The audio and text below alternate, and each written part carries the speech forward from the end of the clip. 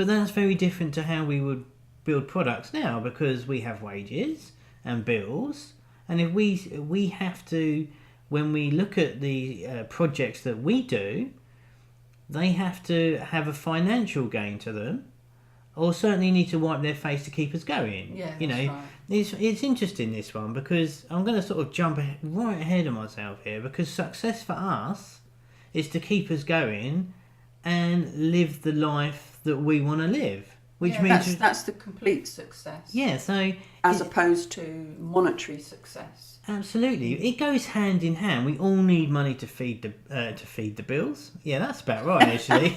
Yeah, they do need feeding. They do. They're the little angry things that come through the letterbox. Those. Yeah. Amy. This is the Rising High Extended Tea Break, the game dev podcast bringing you the best practical, actionable advice for indie game developers. Brought to you by RisingHighAcademy.com. The kettle's on, so let's go listen in. Hey there, and welcome to episode 17 of the Rising High Extended Tea Break. My name is Kevin, and I am joined, as always, with Jilly today. Hello, Jilly. Hello, good morning. How are we? I'm okay. It's nice and warm. Yeah, it's lovely and warm. Summer is here for us for this 2 days of the year. We're doing all right over in sunny England. So before we get into things, just a quick announcement from us. We have a brand new secret project we've been working on, and it's a new course that is coming out. And we are open now for some early access and to get on the wait list, because we have got some ridiculous, great stuff lined up for anyone interested in hyper-casual games. So it is called Seriously Snackable. If you go over to the website at risinghighacademy.com/hyper, you can get on the wait list where we're going to be offering some sensational early bird offers. So if you're into hyper-casual games or interested in any of this sort of stuff, check out that over on the website. And yeah, that's coming soon. I'm really excited about that. Had some really good early feedback so far. So yeah, get on the wait list, and yeah, there we go. So summer project. Yeah, exciting stuff. It's been good, this one. Yeah. Certainly for anyone looking to get published with the likes of Voodoo or Ketchup. We've basically deconstructed the whole thing, and yeah, really cool. But yeah, so go and check that out. We'd love to invite you to get on the early bird list, and we can hook you up with some insane bonuses and discounts for coming in early. Okay, so all that aside, let us get into what is today's podcast, Jilly. What we got today? Okay, we've had a question come in from Vulcan's Damon. What is that, I Vulcan's? haven't butchered that name. I'm sure that's fine. It's probably Damon. Okay. Maybe. Anyway, maybe you can let us know. Thanks for Vulcan? the question. Thanks for listening. His question is, this is his first game as well, by the way. Okay. How do you define success for a mobile game? Is it the number of downloads or in-app purchases? Or would you say it's how the market reacts to it? Great question. Okay. Defining success for a mobile game. I think, for me, it's all about your why. Why are you building your game? And what is the desired outcome for you? Now, this will be different for every single person. Okay, let's start. Let's. Well, it could even be as simple as you just want to build a game, and your aim is just to get it up on the store. Exactly. So your goal for the project was, I want to build a game, and I want to be able to go onto the App Store and at some point download it. Now, I define that as personal success. I think, yeah. I mean, this is all about putting the goalposts up. Yeah. And working out what is important to you. Now, for us as a studio, I think there's many successes along the way. I mean, when we start a project, the success for us will certainly to be have fun building it. But as an indie game studio trying to make a living from all this, we have to ship product. We have to ship product, and it also has to be a decent return on investment. So I suppose that there's kind of two avenues. There's the personal avenue where you might be a hobbyist. Yeah. Or there's the business side of it where you might, want to make a go of this. Yeah, absolutely. I mean, it's pretty vast. You could... Certainly when I first started out, my goal was to go through the process. Yeah. I wanted... Obviously, we all would like to make a bit of money. I think it's absolutely stupid to say otherwise. We've always got that secret thing in the back of our head saying, wouldn't it be awesome if... But certainly when I started out, I knew nothing. I didn't even have a Mac when I started out. I think we spoke about this before. Yeah. When we got made redundant, and I was a Windows user for God knows how long. But I knew that if I was doing anything in the app business, I'm going to need a Mac. That's changed. So all the pittance of redundancy that I got, I went out the very next day. It was literally the next day, and went into the Apple store and bought a Mac, and that was it. So my goal when I first started out, I knew that I needed to learn the ropes. So with the first one, I hired a company to build it because I can't code, I still can't. But that goal was to understand how to get Xcode on the Mac, put a build up, get all these bundles and certificates and all this crazy nonsense when you're first starting out. Certainly as not a super techie, but it's really complicated. There's a lot of process there. Yeah, there is a lot of So process. my goal on the first one, obviously I was thinking it'd be great if I made some money, but it was very much a learning thing. I wanted to hire someone to hold my hand and help me out. And from going from nothing to something in the App Store was the goal. So for me, that was the success. Now that's very different till now. Good feeling, I should imagine. Oh yeah, absolutely. Yeah, and it's an accomplishment. For sure, yeah. I mean, much respect to anybody who gets an app in the store. Yeah, yeah. You shouldn't make any what's the word, Gilly? It's like that's a pretty big deal. That's a big deal. It's a big accomplishment. But that's very different to how we would build products now, because we have wages and bills, and if we have to, when we look at the projects that we do, they have to have a financial gain to them, or certainly need to wipe their face to keep us going. Yeah, right. It's interesting, this one, because I'm going to sort of jump right ahead of myself here, because success for us is to keep us going and live the life that we want to live. Which means that's the complete success. Yeah, so as opposed to monetary success. Absolutely, it goes hand in hand. We all need money to feed the bills. Yeah, that's about right, actually. Yeah, they do need feeding. They do. They're little angry things that come through the letterbox. Those. Yes, Amy. Yes. Anyway, yeah. So those angry things that come, they need feeding, right? It's absolutely stupid to ignore this or brush this away. We all need money to live. We just do. So for us, when we set out on projects, we have to have some financial benchmarks in place. Yeah. But the success for me with RisingHigh is that I can get up when I want. I can do what I want. I can not work tomorrow or this afternoon if I choose not to. The difference is that my passion, it's like the vocation, right?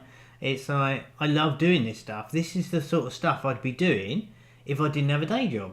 Yeah. Now, we have to turn that into money, but that is the success. Now, you will see, especially if you follow any sort of entrepreneur circles online and all this stuff, that it's like, yeah, you need to build $1 billion company and have 500 employees and that. And honestly, I couldn't think of anything worse. I suppose it is the goal for some people. It depends on what you personally class as success. That's the rub of it, isn't it? It's very personal. Our success with the academy is keeping it going, getting people in, getting interested in what they're doing, That's a success. Yeah, and well, if more, it made $1 million, that would be a nice success. that would but be it's very not. nice. But yeah, I mean, the point really, and I think you were just about to get to it, is that the success is to see the success of our members and to help people, which we do on a daily basis, and we are seeing some success from our members, which is amazing. But at the same time, if we can't make that work financially, it's funny because I said to you when we were doing this, I'm not sure if we mentioned this publicly before or not, but I always see these courses and these programs that are aimed at indie developers, right? And they've got like a $5,000 price tag. Yeah. And it's just like, they are not aimed at the likes of you and me as indie game developers. They're out of reach.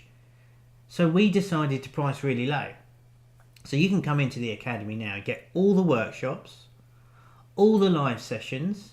You can get game feedback via video from me and Gilly every single month. As part of the membership. For just over $1 a day. Now for us, honestly, that isn't. It's low. $37 a month will get you in right now. And you get all of that, and there is just absolutely tons inside. It's insane. I mean, we've charged in the past hundreds of dollars for game feedback videos where we give a breakdown of what people, what they need to change and what they need to do to make their games where they want to go. But we wanted it with this price tag. So for us, I know this is going slightly off topic here, but the point is that the success of anything is a very private and very specific thing and bespoke to the person. So yeah, come and join the academy. It's really cheap. No, but it is. I wanted to keep it cheap. Well, but we have seen a few members with features as well. We've had 5 so far this year. The point of that was not to like totally pump the academy, but please join the academy. The point is that for us, it's to help people. The success of the academy is to get results for our members and keep it at a price tag that's reasonable. Now, whether or not that will pan out over time, who knows? The price might be going up anyway, which I think it might have to, just to reflect the amount of value in there now, by the way. But the point being is, the success for that is to keep that going. It's for us to help people, but it's never going to make £1 million. No. So you could argue, is that a success or not? For us, if we can keep it going and all the rest of it, then yeah, that's our success. Then that's a success. A business person might look at that and going, what are you doing? You're running this at a loss, which generally speaking we are for the amount of time that we put in it. But the point is, the success for us is to live the way we want to do, and our goal is to help people, really. So it's kind of weird, I don't ever want to make a massive company. It's not my ambition to do so. I think I've won because I'm doing what I want to do, and I've got the freedom to do it and the freedom to go wherever I want when I want.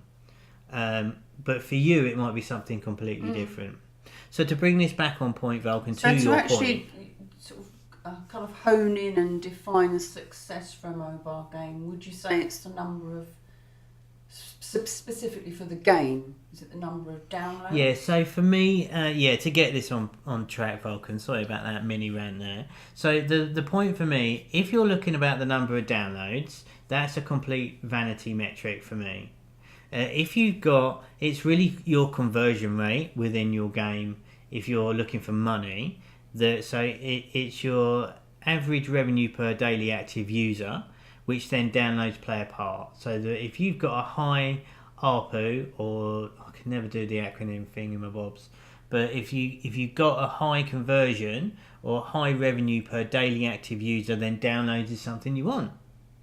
You want a high download because you make more money. But honestly, we've got games with millions of downloads that don't make that much money. So it doesn't matter. It's just vanity metrics. Now, if you can drive downloads, you can get some organic push, which gets that snowball effect going. So downloads for me I mean, we're close to. Last time I looked, and I really don't look at this, we had definitely over 18 million downloads. Do we? So I can say, yeah, we've got 18 million downloads. So what? You know, we don't have 18 million pounds. That's a shame. No, is it? Yeah, it's disappointing. But no, that's my point, though. It doesn't matter. If you got 500,000 downloads and make £1 off it, then what? Is that good to have 500,000? Sure, there's 500,000 people. But if you only get $1 or £1 from that, A, you've done something really wrong, by the way. But B, do the downloads matter? Which means, obviously, no. Now, second up, you said something about in-app purchases. Yeah. So what was that? Is it the number of downloads or in-app purchases? So in-app purchases is obviously totally referencing the money, right? We haven't seen a huge success in in-app purchases. In-app purchases are really difficult for hyper-casual games. It just doesn't fit the mode. Even as maybe a remove ads. Oh yeah, for sure. Purchase. Yeah. No, Apple like to see. Well, Apple can't earn any revenue off casual games that are driven by ads because there's no mechanism for Apple to earn revenue. But you want an in-app purchase in your game for remove ads for sure. I think it's way lower than 5% total revenue for us with in-app purchases because of the games we make, or we haven't built anything that people want to spend money on. Now, we've seen plenty of games out there that do tremendously well with in-app purchases. Yeah. I mean, look at the top grossing charts. They're all free games. So the whole thing is driven by in-app purchases. You know, your time management games and your car games and all this stuff is all driven by in-app purchases. For the hyper-casual stuff or the casual stuff that we do, that is not going to work well for you. No, so the bigger games are kind of buying time, which is what people want. That's right, exactly. In casual games, it's characters. Yeah. Or worlds, coins, but then, yeah. There's all sorts, really, isn't there? So I think in-app purchases are really interesting thing to pick up on. Now, you said it's your first game, and I'm not slamming you for that at all. It's a valid question. It's just the in-app purchases, depending on your game. If you're going for a casual game, Falcon, I would say that don't worry about the in-app purchases at all. You want to know how to define success for your mobile game, and I think you need to work out exactly what's important to you. You also say, is it how the market reacts to it? Which I find... That kind of means staying power? Staying up in the charts? Is that ratings and reviews? I mean, your downloads and your in-app purchases and the monetization of it will be directly according to how the market reacts to it. So if people love it and download it and start sharing it, then everything else gets lifted. I think everybody wants to make a game where you get that is well received. Positive. Yeah, exactly. Now, it really depends on the sort of game you've made as well. You know, are you going to go round and do like the conference circuit, which is, you know, your PAX and your DDC and all the Casual Connect, and there's a whole circuit that goes around where you can get booths and display your name, your game, and do it all that way, and get interest from the press, and meet App Store managers, and all this good stuff. It really depends where you sit within the game ecosystem. There's a lot of big companies and big games that have come from those doing that circuit. Yeah. And you get those fancy badges, you know, like indie game top pick or something, and you get that little crest. I can't remember what they call it. So are you going down that route, or are you trying to get a publishing deal? If it's your first game, maybe your goal is to get a reply from Ketchup, or they liked it, or they wanted a test flight. You know, it's really, really bespoke to I think to yourself? I think if it's your first game, I think you should just enjoy the process and learn what it takes to get onto the store. That's a really interesting thing you said there, because you said enjoy the process. Yeah. Often when we try new stuff, we actually realise that we don't like doing it. Yeah, and that's you true. didn't, you know what? I really want to be a game designer. But you know what? When I'm making it, I'm not really into it. I thought I did, but I'm not really digging it that much. Some people like making games, but the actual process after that is just too much. That's right. You know, I think it's a difficult one. One thing I will say as a piece of advice is that every game that has ever been released has been released with 0 downloads. That is how everybody starts. And the real bottom line here is that you have to earn your downloads. There's so much competition now. You can't expect by just the simple creating a game is that it's going to do well. You have to market it and all the rest of it, or get publishing deals where they will do it all for you. But you start off with nothing. So I think it's important to curb expectations unless you've got a real killer plan in place. But it's all about knowing your why, and definitely. what's important to you, and how does anything after the launch of your game affect you. So if you have spent $4,000 making your game, do you want to get $4,000 back to wipe its face in that, or have you spent $4,000 on education to get yourself going? Yeah. It just really depends. It depends on such a lot. It really depends. So I don't know if that was helpful or not, Vulcan. Thanks for the question. It's a really interesting one. I think it boils down to this for me, is know your why, what's important to you, and I think you need to really try and sort this out before you start anything.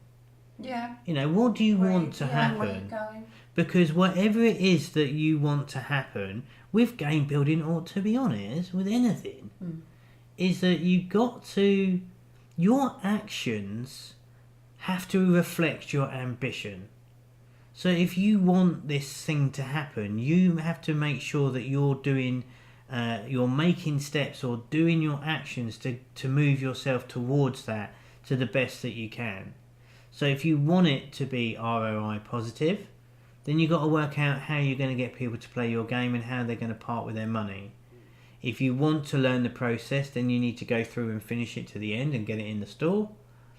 Or if you want to show your mum your game that you made, then you need to work out how you get it on the store. It depends on your goals. But if that was me, I'd make my first game, I'd finished it, I'd go through the process of getting it on the App Store, and I'd go from there. Exactly. And I think congratulations for making your first game. Yeah. It's totally awesome. So yeah, I think that'll do for that, rather than keep regurgitating all the stuff that I've been banging on about and going off on a total tangent all the time. Let us know if that was helpful. Yeah, thanks for the question. I think it's a great question.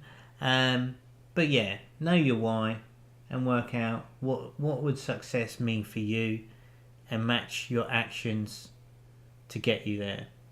Alright, so I think that will just be wrap that up today, Gilly. Okay. Just want to remind everyone about Seriously Snackable, our brand new course we are poised to release that into beta. Been working really hard on that, really excited to see what everyone's got to say about that. Head on over to risinghighacademy.com/hyper for that. We will have recoat. We're going to have a recoat and photos. If you want to head over to show notes and do a recap for today's, you can head over to risinghighacademy.com/17 for this one. risinghighacademy.com/17 for the show notes. And if you're feeling super generous and you are enjoying the show and getting any value whatsoever, do hit that subscribe button, and we would love a rating and review. It really does help support the show and lets me and Jilly know that someone out there cares. And we're going on the right road. And we're going on the right road. And that, getting a review, that would be success for us for the podcast. It would be success, yeah. Yeah, to make and getting questions like this today, that's success for us. And hopefully we can help and keep helping. So with all that said, I'm going to wrap that up. I'm going to hand over to Jilly. Thanks so much for listening, and we'll see you soon. Thanks a lot. If you want any more questions like Vulcan has put on, then please get in touch with us. We are always happy to do this. And it's nice to know something that people want to know. That's right, RisingHighAcademy.com. Head over there, questions button right at the top. Click that, send your message, and that drops into our inbox. Okay, let's speak soon. Take care. Bye. You've been listening to the Rising High Extended Tea Break. To learn more about the resources mentioned in today's show, or to find out more about the Rising High Academy, visit RisingHighAcademy.com. That's RisingHighAcademy.com.